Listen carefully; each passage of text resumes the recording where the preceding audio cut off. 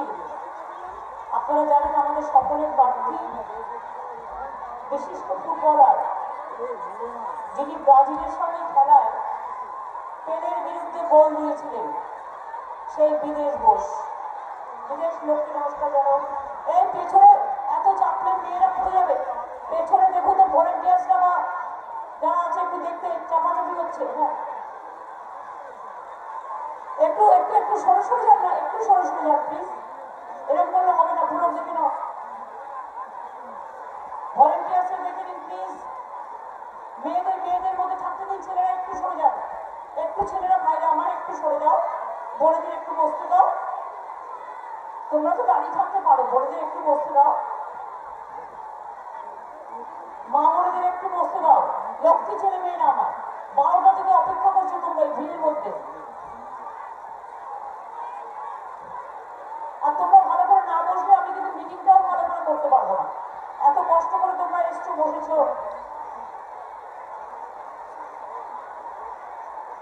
উলুবেড়িয়া উত্তরের প্রার্থী ডক্টর নির্মল মাঝি, উলুবেড়িয়া দক্ষিণের প্রার্থী পুলক রায়, পুলক নমস্কার করো। বাগনানের প্রার্থী রাজা সেন, পাঁচলার প্রার্থী গুলশন মল্লিক, সাকরাইলের প্রিয়া পাল। আমার ফুল পরিবার, তৃণমূল কংগ্রেসের জেলা ফুলের ফুল টিম।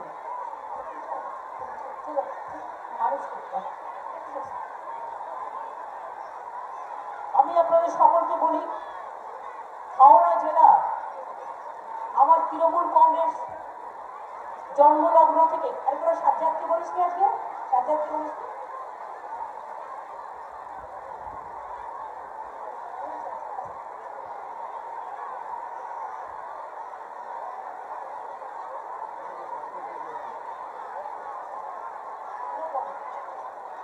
উপস্থিত আমার ভাই বোনেরা, আমার গ্রামসভা, পঞ্চায়েত সমিতি, জেলা পরিষদ থেকে আগত আমার মা ভাই ও বোনেরা, বুথ কমিটি, ব্লক কমিটি থেকে শুরু করে রাজ্য কমিটির সকল নেতৃবৃন্দ, প্রায় বেলা 12টা থেকে রোদ্দুরের মধ্যে আপনারা বসে আছেন। রোদ্দুরে আপনাদের মাথা প্রায় ফেটে যাচ্ছে, এরকম একটা অবস্থা। এই অবস্থার মধ্যে দাঁড়িয়ে পুলক তোমাদের মনে হয় বাদিকেরটা একটু সরিয়ে দিতে পারো ভিড়টা, তাহলে মেয়েরা বসতে পারবে। 4-5 জন ভলেন্টিয়ার্সকে পাঠানো, রিকোয়েস্ট করলাম। দেখে নাও বাদিকেরটা, বাদিকেরটা পুলিশের লোক, পুলিশেরও সকলে আছে, একটু দেখুন যাতে মা বোনেরা বসে পড়ে, ছেলেরা একটু ব্যারিকেড করে দেয়। তোমাদের আরেকটু বাস দেওয়া উচিত ছিল মেয়েদের ব্যারিকেডটার ওখানে।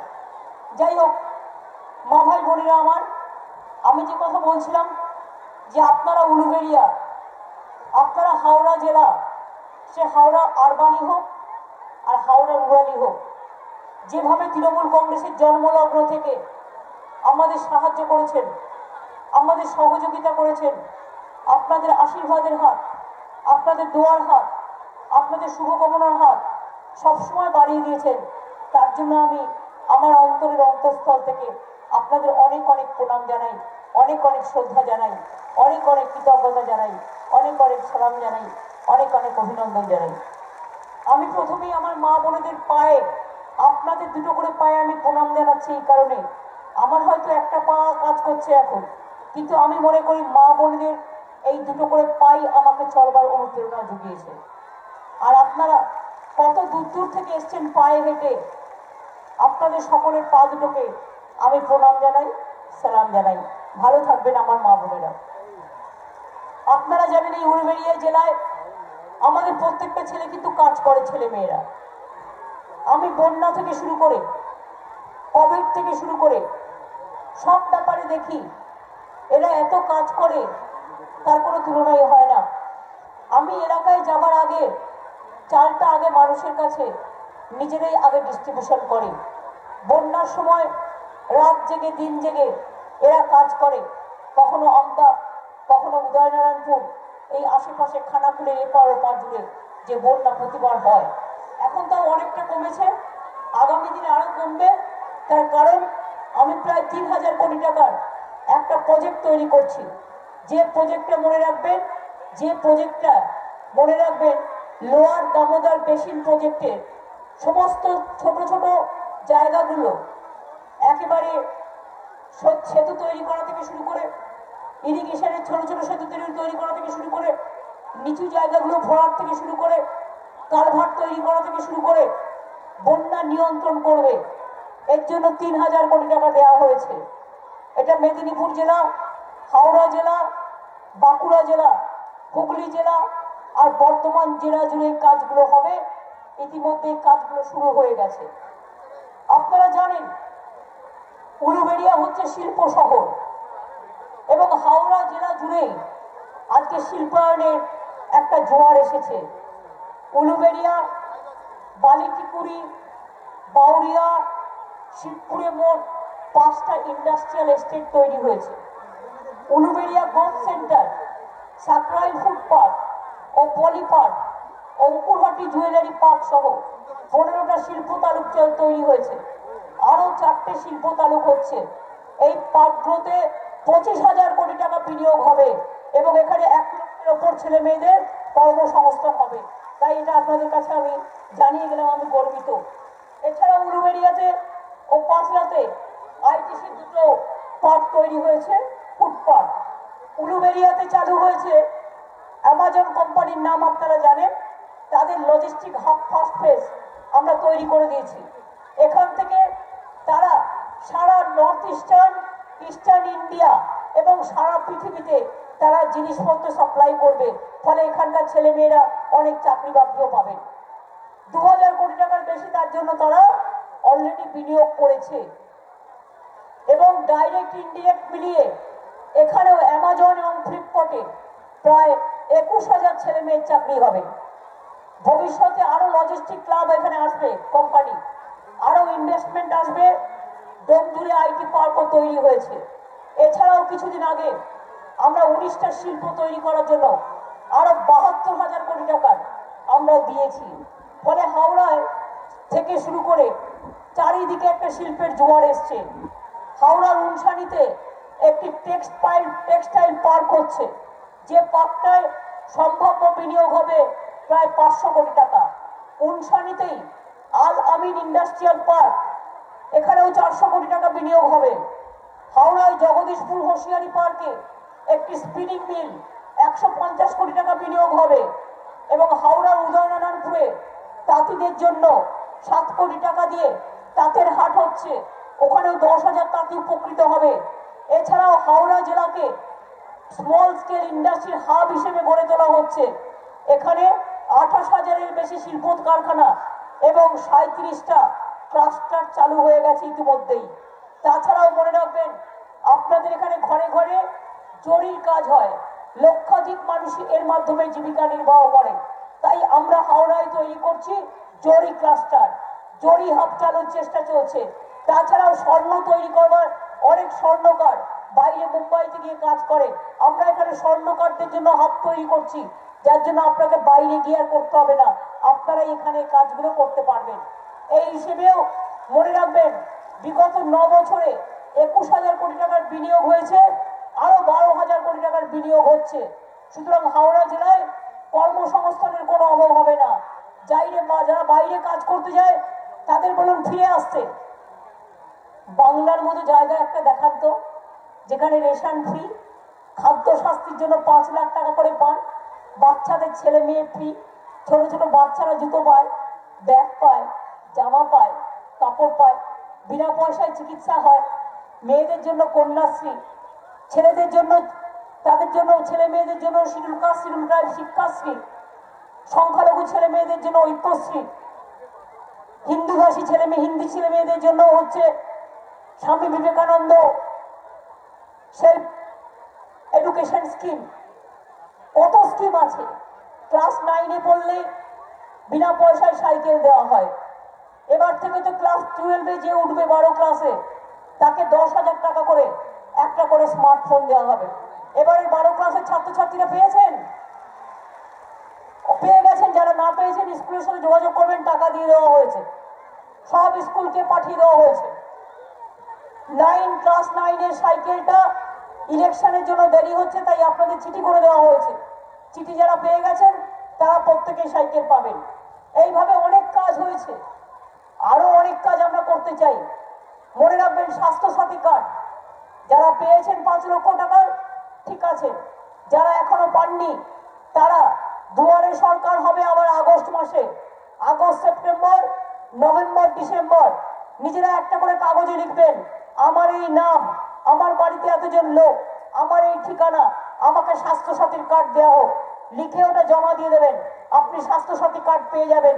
আর এখনো আপনি বিডিও অফিসে গিয়ে করতে পারেন।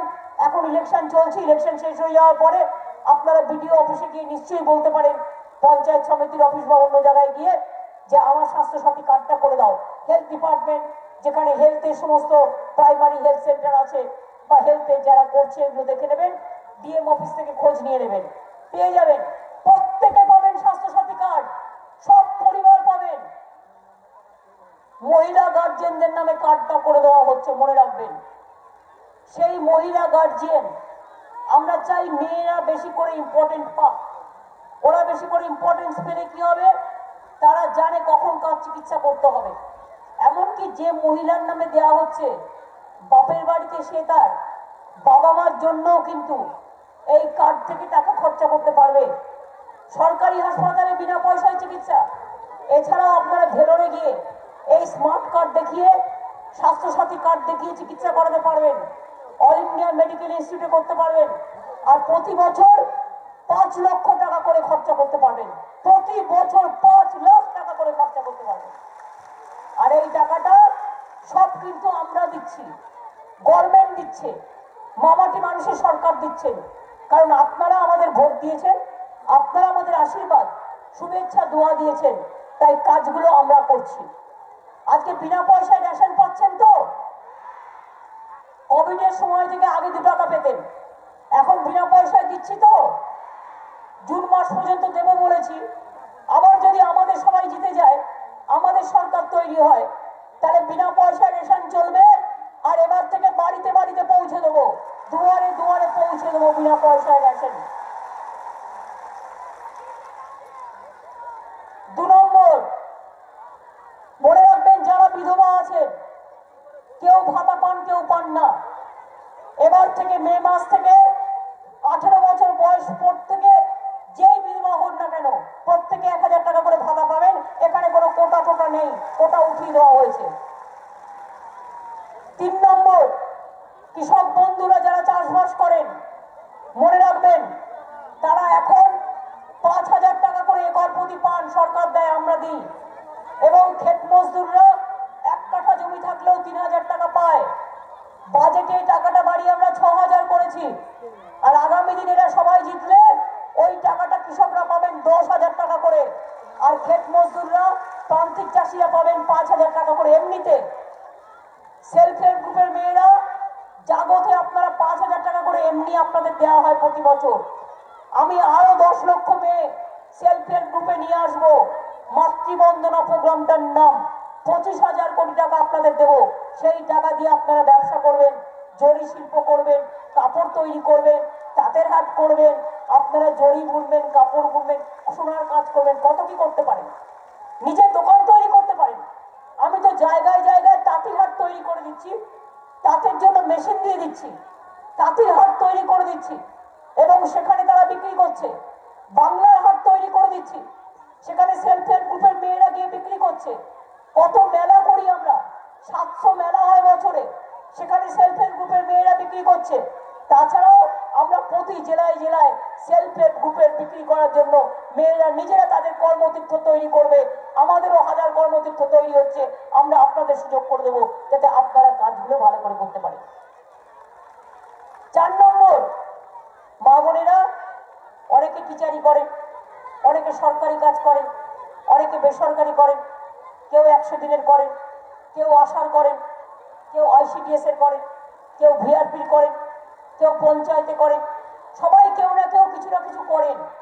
আর ঘরে যারা থাকেন, ঘরের কাজ করেন, তাদের জন্যও বলছি, সবার জন্য, আপনাদের হাতে একটা পয়সা থাকে না, নুন আনতে পান্তা ফুরায়, আর সব টাকা সংসারের জন্য খরচা হয়ে যায়। তাই আমাদের সরকার এবার জিতলে আমি মায়েদের একটা করে ছোট্ট ছোট্ট লক্ষ্মীর ভান্ডার দেব। তার মানে লক্ষ্মীর ভান্ডারটার মানে হচ্ছে 500 টাকা থেকে 1000 টাকা পর্যন্ত মেয়েদের খরচা দেবো, হাত খরচা।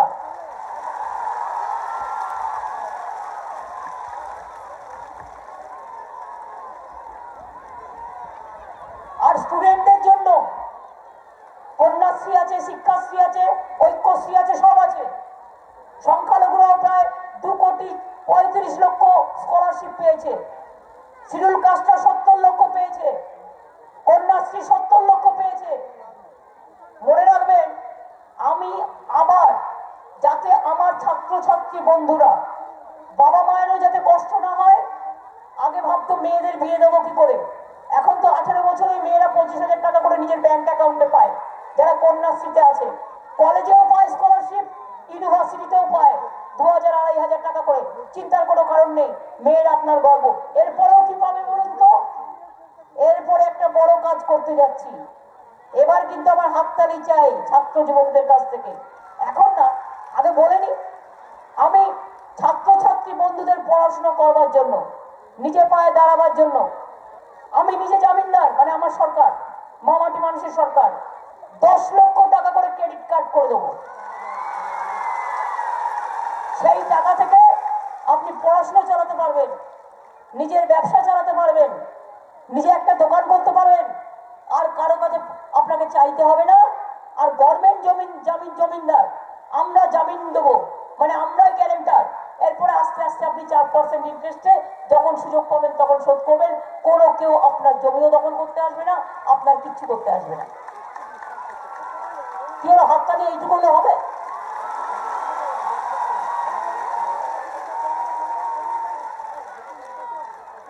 এবার হচ্ছে এমএসএমই 5 লক্ষ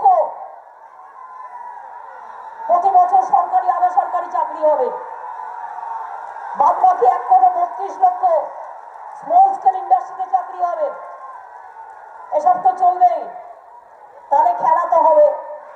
হবে কি মা বোনেরা, যে করে, যে রাধে সে চুলো বাঁধে। আর আমরা যেটা করি আমরা সেটা বলি, আমরা যেটা করি না সেটা বলি না। আমি বিজেপির মতো মিথ্যেবাদী নই। বিজেপি ভারতবর্ষের জঘন্য পার্টি, নগণ্য পার্টি, রাবণের পার্টি, দুর্যোধনের পার্টি, দুঃশাসনের পার্টি। বলে কিনা 15 লক্ষ টাকা করে সবার অ্যাকাউন্টে দেবে, দিয়েছে। গ্যাসের দাম কত? গ্যাসের দাম কত মা বোনেরা? কেরোসিনের দাম কত? বিনা পয়সায় চাল দেবো আর 1,000 টাকায় গ্যাস দিয়ে ফোটাবে। বিজেপিকে বলুন, আয় তোদের ফোটাই ভালো করে, আয় তোদের ফোটাই, আয় আয় আয়। আবার ভোট চাইবে হিন্দু মুসলমান, বলো আগে খেয়ে বেঁচে থাকি তারপরে হিন্দু মুসলমান। ধর্ম যার যার আত্মার, উৎসব সবার, আমরা সবাই সবার জন্য, কোনো দাঙ্গায় যাবেন না।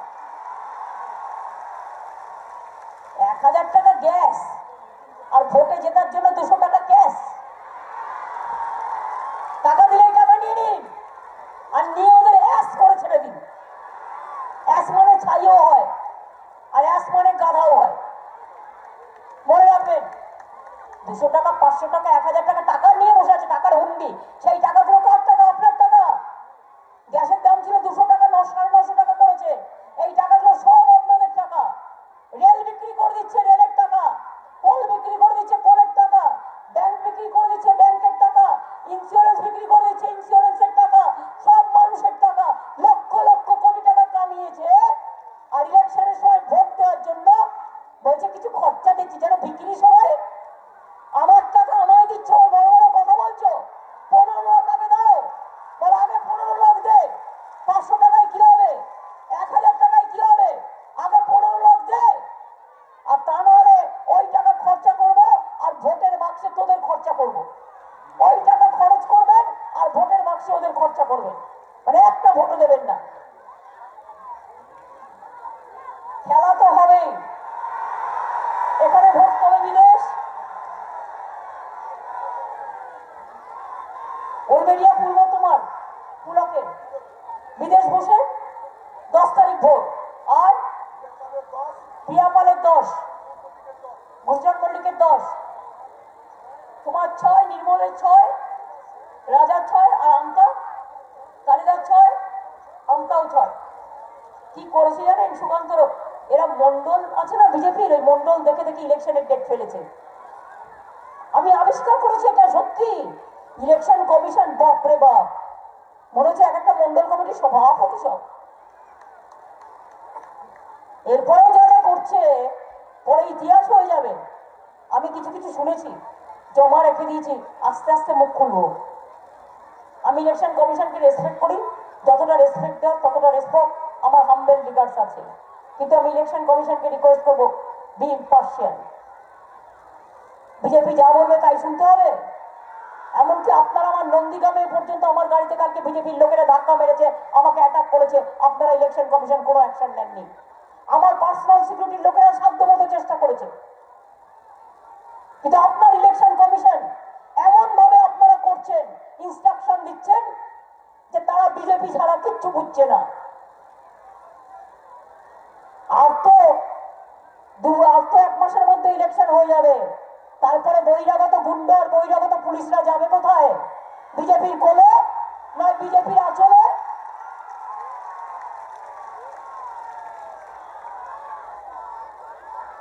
কোথায়? প্রধানমন্ত্রী প্রোগ্রাম করবো বলে বিজেপির সব তৃণমূলের সব ফ্ল্যাগ খুলিয়ে দিয়েছে, বুঝুন, হোর্ডিং ফ্ল্যাগ সব খুলে দিয়েছে। ইলেকশন কমিশনের এটা বড় কাজ, শুধু বিজেপির দালালি করা। আর আমাদের হোর্ডিং সব খুলে দিয়েছে, ছিঁড়ে দিয়েছে, যা ইচ্ছে তাই করছে। কালকেও আমার গাড়িতে দুমদাম করে মারা হয়েছে, অসভ্যের মতো অসভ্যতামি করা হয়েছে। শুনুন, এটা বাংলা। আমি ছেলে মেয়েদের একবার বললে না, 1 সেকেন্ডে চাটিয়ে বের করে দেবে। কিন্তু আমি এটা করি না, আমি দায়িত্বশীল লোক। আমি শান্তিপূর্ণ ইলেকশন চাই, গণতান্ত্রিক ভাবে ইলেকশন চাই। আমাদের total law and order election commission কেড়ে নিয়েছে, যেন মনে হচ্ছে রাষ্ট্রপতি শাসন করে ভোট করছে। একটা ডিজিপি অফিসার, ডিআইজি, তাকে করে দিচ্ছে থানার ওসি। বুঝুন কত বড় অসম্মান। সে এত ভালো কাজ করেছে। আমি শুনছি একটা এসপি কে করে দিচ্ছে আইসি। বুঝুন, এই লোকগুলো দিনের পর দিন কাজ করে একটার পর একটা প্রমোশন পেয়েছে, সবাইকে অসম্মান করছে, সবাইকে। এই অসম্মানের জবাব আমরা দেবো, অসম্মানের বদলাও নেব। দিল্লিতে মনে রেখো, আমরাও কেউ কম যাই না, আমাদেরও কম এমপি এমএলএ নেই। বিজেপির হোম মিনিস্টার ইলেকশন কমিশন চালাচ্ছে আজকে। ওয়াই? ইম্পার্শিয়াল ভোট করতে হবে ইলেকশন কমিশন, আমরা আর কিচ্ছু চাই না। কেন আপনারা আড়াও করছেন মাউন্ট বাইরে আউটসাইডার গুন্ডাদের?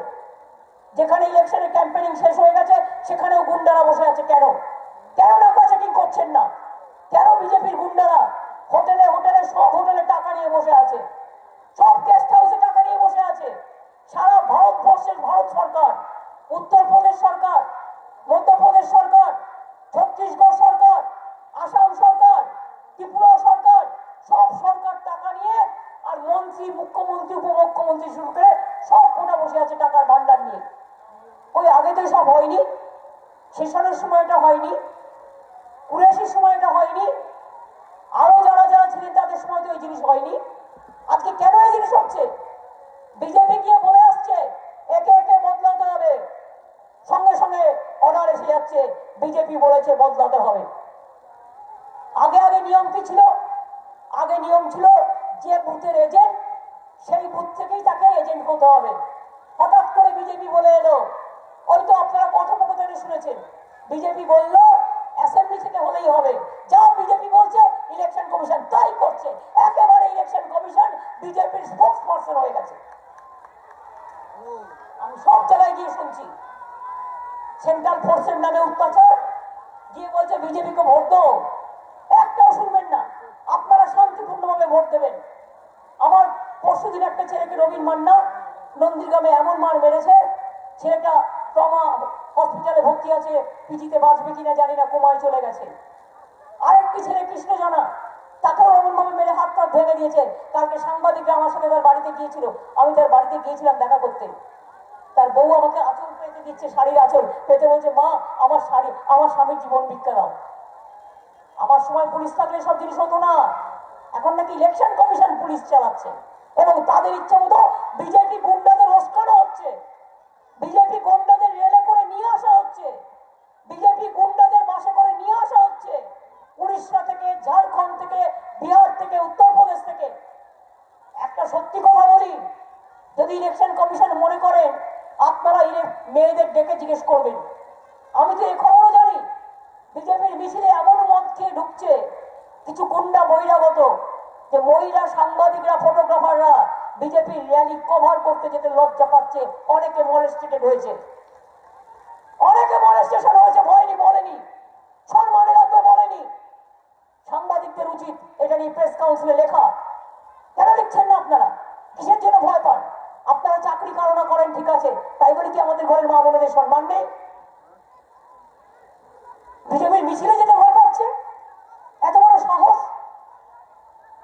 তাদের কাছ থেকে আপনি কি আশা করেন? কিচ্ছু আশা করেন না। তাদের কাছে একটাই আশা করেন, ভোটের দিনে একটা ভোটও দেবেন না, not a single one vote. প্রধানমন্ত্রী নরেন্দ্র মোদীর চেয়ারটাকে আমি সম্মান করি, এত মিথ্যাবাদী! অমিত শাহ গোলগাপ্পা, গোলগাপ্পা মানে ফুচকাকে বলি আমরা, দেখতে খুব ভালো সুন্দর দেখতে, আলু ঝালু, আমার খুব পছন্দ দেখাটাকে। কি করে যাচ্ছে? উস্কে দিয়ে চলে যাচ্ছে, গন্ডগোল লাগিয়ে দিয়ে চলে যাচ্ছে, মানুষ খুন করে দিয়ে চলে যাচ্ছে, আর বলছে হিন্দু মুসলমান পাহাড় দেবেন।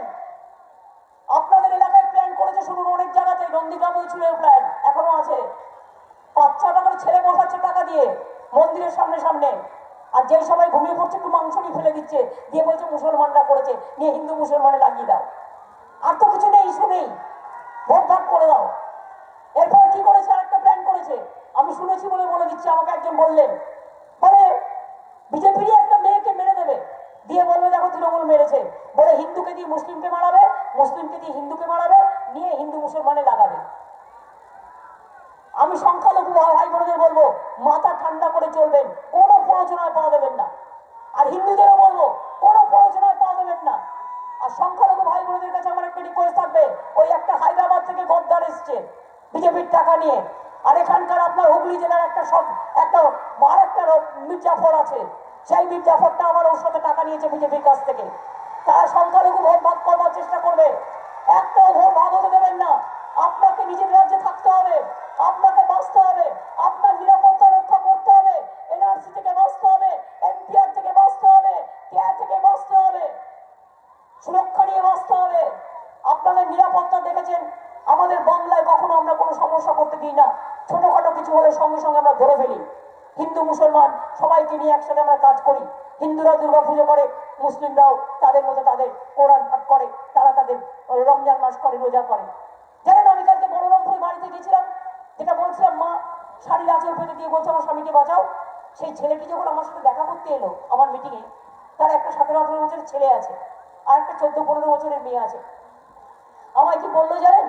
বললো, দিদি আমরা তো বাড়িতে যেতে পারছি না, বাড়ি ভেঙে দিয়েছে, আর বলছে বোনটাকে তুলে নিয়ে চলে যাবে, আর বলছে পাড়ার বাচ্চাদেরও তুলে নিয়ে যাবে। আমরা ভয়ে না একটা মুসলমানের ঘরে আশ্রয় নিয়েছি, আমরা হিন্দু পাড়ায় থাকতে পারছি না দিদি। আমি বললাম তোমরা হিন্দু পাড়াতেই থাকবে, কিছু হলে ওদের ডাকবে, ওরা তোমাদের বাঁচাবে। কই তখন মনে থাকে না? তখন মনে থাকে না?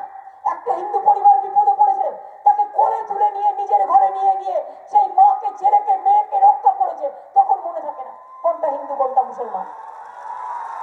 এটা তো মনে রাখতে হয়। আমার জীবনে ঘটেছে মা বোনেরা, আমার জীবনে ঘটেছে। আমাকে একসময় একটি মুসলিম ছেলে মেরে আমার মাথা ফাটিয়ে চুরচুর করে দিয়েছিল, সেটাও সিপিএম এর হার মারছিল, ধর্ম হিসেবে নয়। কিন্তু একদিন একটা মুসলিম ছেলে আমার প্রাণ বাঁচিয়েছিল গার্ডেন বিচে। রুকসানা আজাদ, প্রেগনেন্ট একটা মেয়ে ছিল, আমাকে ফোন করে বলেছিল, দিদি আমার বাড়িতে একবার আসবে, আমার বরকে কালকে পুলিশের লকআপে পিটিয়ে মেরে দেওয়া হয়েছে, আমি একা কি করে বাঁচবো? আমি বলেছিলাম তোমার বাড়িতে তুমি যাও, আমি বিকেলে যাবো। আমি যাচ্ছি, তখন আমার গাড়িটাকে উল্টে দিয়ে গুলি চালালো। যখন গুলি চালালো, গুলিটা আমার কপালে আসার কথা, একটা মুসলিম ছেলে হাত তুলে দিল, গুলিটা তার হাতের মাঝখান দিয়ে চলে গেল, যেটা আমার কপাল দিয়ে পুড়ে বের করানোর কথা। কে জানে কে কখন কাকে বাঁচায়? কে জানে বলতে পারেন? রাস্তায় একটা অ্যাক্সিডেন্ট হয়ে পড়ে আছে, আগে দেখবো আমিও হিন্দু না মুসলমান, তারপরেও আমি হাসপাতালে নিয়ে যাবো? হয় কখনো এটা? আগে তাকে বাঁচাতে হবে। মানুষকে বাঁচানো আমাদের কাজ। বলে এখানে নাকি আমরা দুর্গাপুজো করতে দিই না। কি ক্লাব কমিটি গুলো 50,000 টাকা করে দিয়েছিলাম এবারে, ক্লাব কমিটি, পুজো কমিটি 28,000 পুজো কমিটিকে 50,000 টাকা করে আমাদের গভর্নমেন্ট দিয়েছে। আর বলে কিনা ममता जी दुर्गा पूजा नहीं करने देता, सरस्वती पूजा नहीं करने देता। अगर पूछिए दुर्गा पूजा का मंत्र नहीं बोल सकता है, वो बंगाल को সোনার বাংলা করেंगे। মানে বাংলাটাও ভালো করে বলতে পারে না, আর সোনার বাংলা করেंगे। বললাম বাংলা রাজ্যটার নাম বাংলা করে দাও, করলে না। হিংসুটে হিংসুটে দৈত্যরা আজ পর্যন্ত করলো না। আমি তো করবোই আজ আর কালো, কদিন তোমরা এইসব করে বেড়াবে। তাই বলি এবারে একটি ভোটও কিন্তু বিজেপিকে নয়, আবার বলে ডাবল ইঞ্জিন চালাবো। মমতা ব্যানার্জি কিছু করেনি, বল মমতা ব্যানার্জি কিছু করেনি। বিনা পয়সায় রেশন, বিনা পয়সায় চিকিৎসা, বিনা পয়সায় রাস্তা, বিনা পয়সায় জল, বিনা পয়সায় শিক্ষা, বিনা পয়সায় মৃত্যু হলে 2000 টাকা। তুমি করেছো হরিদাস? 15 লাখ টাকা করে দেবো বলে দাওনি, 1000 টাকা গ্যাসের দাম বাড়িয়েছো, কেরোসিন 100 টাকা, ডিজেল পেট্রোলের দাম বাড়িয়েছো, সব বিক্রি করে দিচ্ছ, আর বলছে डबल इंजन चलाएगा। पर सिंगल इंजन तो पहले आगे देखो, तो उसका बाद डबल इंजन रहेगा। बस दिल्ली में क्या ट्रिपल इंजन है, क्या है? 3 जोन है, अमित शाह, नरेंद्र मोदी और अदानी, बस 3 सिंडिकेट कम्प्लीटेड। ट्रिपल इंजन সব মানুষকে মেরে দিচ্ছে, এখানে ডাবল ইঞ্জিন। জানে না ডাবল ইঞ্জিনে কি হয়? ফিনিক্স পাখি জানেন? ফিনিক্স পাখির গল্প। ফিনিক্স পাখি যখন জন্মায় আস্তে আস্তে নিচে পড়তে শুরু করে, আর যেই দেখে নিচে পড়ছে অনেকটা আসার পরে বুঝতে পারে পড়ে যাবে, তখন জোরে দৌড় মারে উপরে। এরা হচ্ছে তাই, হেরে গিয়ে পগার পার হয়ে কোথায় পালাবে তার কোনো ঠিক নেই। বড় বড় কথা আমরা সত্যিকারের বলি, হরে কৃষ্ণ হরে হরে, তৃণমূল ঘরে ঘরে। আর বিজেপি কি বলে জানেন? লোক দেখানো, হরে কৃষ্ণ হরি হরি, সবার আমরা পকেট কাটি। হরে কৃষ্ণ হরি হরি, সবার পকেট চুরি করি। হরে কৃষ্ণ হরি হরি, 15 লাখ টাকা চুরি করি। হরে কৃষ্ণ হরি হরি, 900 টাকা গ্যাসের দাম করি।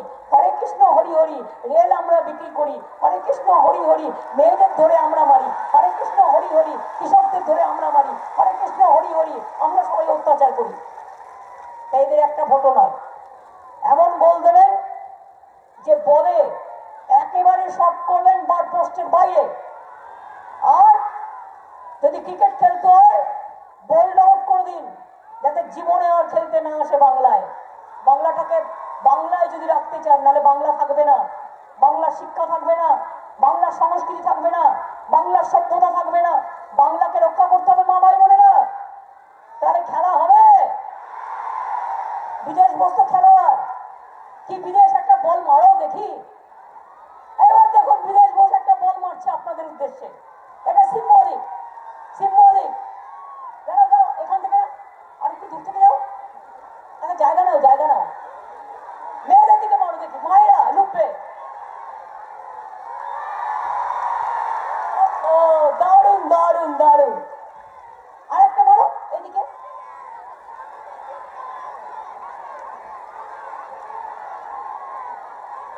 বাদিকে একবারে বড় পোস্টে বাইরে যাও। Out out, BJP out. আমি একটা হাত দিয়ে মারি, আমার যেহেতু পায়ে চোট আছে আমি তো এখন পা দিয়ে মারতে পারবো না, আমার ওই বিদেশ মেরেছে, আমার দাও।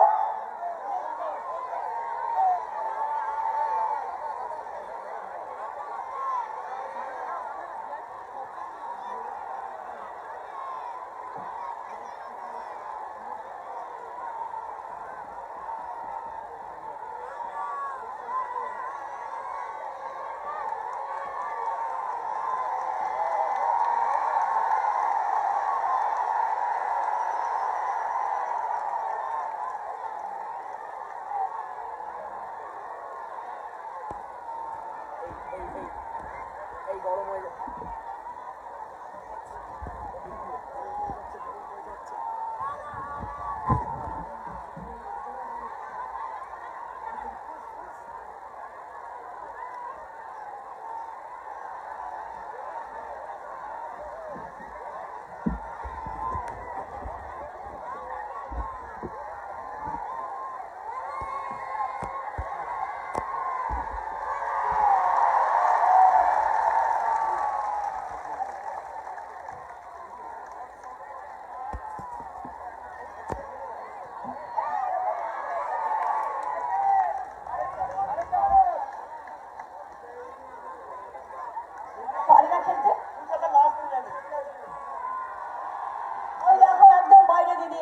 তো?